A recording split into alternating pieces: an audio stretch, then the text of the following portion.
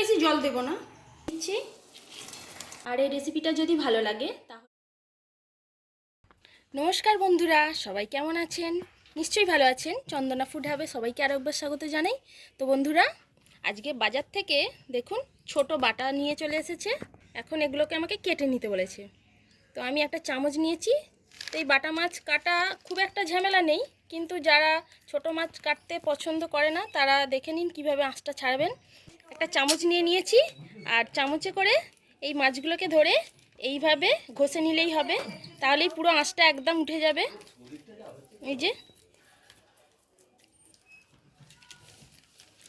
এরপরে ছুরি বা বটি দিয়ে এর পেটটা কেটে নিন, পাখনাগুলো কেটে নিন, তাহলেই হয়ে যাবে। আঁশ ছাড়ানোটার কোনো ঝামেলা নেই। তো একটা হয়ে গেছে ছাড়ানো, আমি আর একটা ছাড়িয়ে নিচ্ছি। এইভাবে প্রত্যেকটা মাছ আমি ছাড়িয়ে নেব, তারপরে এই মাছটার পেটটা কেটে নেব।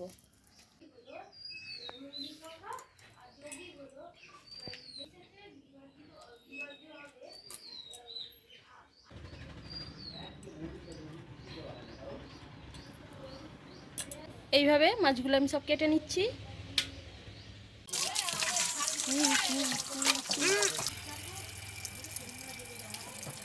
মাছগুলো সব ভালো করে ধুয়ে নিয়েছি। মাছগুলোর মধ্যে পরিমাণ মতন লবণ দিয়ে দিচ্ছি,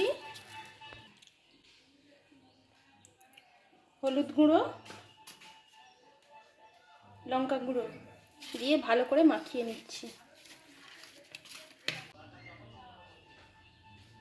তো বন্ধুরা, মাছ কেটে মশলা মাখিয়ে নিয়েছি মাছের মধ্যে। তো আজকে আমি দই বাটা বানাবো। তো এর জন্য আমি এখানে প্রায় 50 গ্রামের মতন টক দই নিয়েছি, একটা গোটা টমেটো নিয়েছি, 4 মগজ আর পোস্ত নিয়েছি, এটা বেটে নেব। এখানে পেঁয়াজ নিয়েছি একটা গোটা, এটাও বেটে নেব। আর কিছু কাঁচা লঙ্কা নিয়েছি, আর এখানে আদা রসুন বেটে নিয়েছি। তো প্রথমে আমি এগুলো একটু বেটে নিই। তো সব কিছু বেটে নিয়েছি। এখানে পেঁয়াজ বেটে নিয়েছি, টমেটো বেটে নিয়েছি, আর পোস্ত আর 4 মগজ বেটে নিয়েছি। তো এবারে মাছগুলো আমি প্রথমে ভেজে নেব। কড়া বসিয়ে দিয়েছি, এবার তেল গরম করতে দিয়ে দিচ্ছি।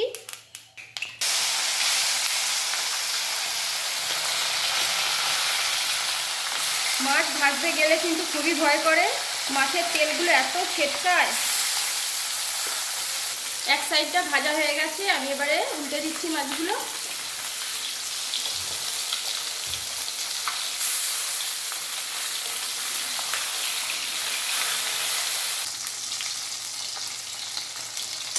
মাছগুলো ভাজা হয়ে গেছে, আমি এবার তুলে নিচ্ছি।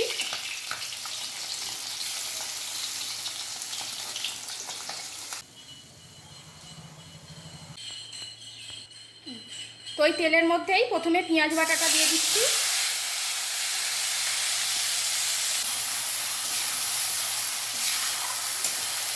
পেঁয়াজটা একটু ভালো করে ভেজে নেব। তো বন্ধুরা, যারা আমার চ্যানেলের নতুন দর্শক, যারা প্রতিদিনই দেখেন, যারা এখনও চ্যানেলটিকে সাবস্ক্রাইব করেনি, প্লিজ চ্যানেলটিকে সাবস্ক্রাইব করে আমার পাশে থাকবেন। পেঁয়াজটা ভালো করে ভেজে নিয়েছি, এবার আদা রসুন বাটাটা দিয়ে দিচ্ছি। আদা রসুনটাও ভালো করে ভেজে নিয়েছি, এবার কাঁচা লঙ্কাগুলো দিয়ে দিচ্ছি। এবার টমেটো বাটাটা দিয়ে দিচ্ছি। টমেটোটা এদিকে ততক্ষণ ভাজা হোক, আমি একটা মশলা করে নিচ্ছি ওদিকে। টক দইয়ের মধ্যে পরিমাণ মতন হলুদ, লঙ্কা গুঁড়ো আর পোস্ত আর 4 মগজ বাটাটা দিয়ে দিচ্ছি। মশলাটার মধ্যে অল্প করে জল দিয়ে এটা ভালো করে মিশিয়ে নেব।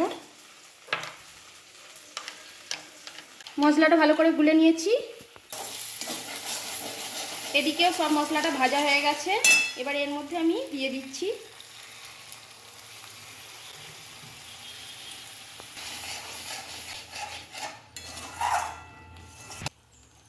এবার পরিমাণ মতো জল দিয়ে দিচ্ছি।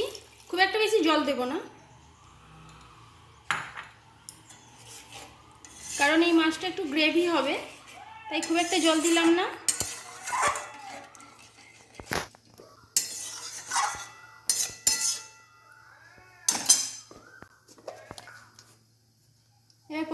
লবণ দিয়ে দিচ্ছি। মশলাটা ফুটে গেছে, এবার মাছগুলো আমি দিয়ে দিচ্ছি।